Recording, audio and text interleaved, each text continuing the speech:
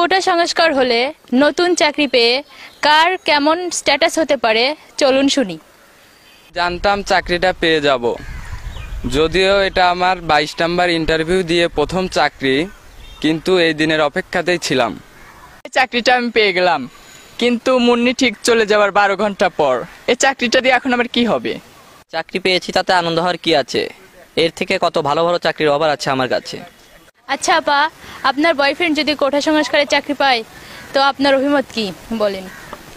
ও মনু, চাকরি পেয়ে গেছে বলে এমনটি ভেবো না যে তোমার পিছে মেয়েরা লাইন ধরবে। তুমি শুনে রেখো, আমার মতো বোকা মেয়ে তুমি আর একটাও পাবে না। অনেক কষ্টে চাকরিটা পেয়েছি, কিন্তু কি বলবো হতাশার কথা। ইস, হাতে একটা টাকাও নেই। আপনাদের যে মিষ্টি খাওয়াবো, আবার দেখুন সামনের মাসে বেতন পেয়ে যে আপনাদের মিষ্টি খাওয়াবো সে সুযোগও নেই।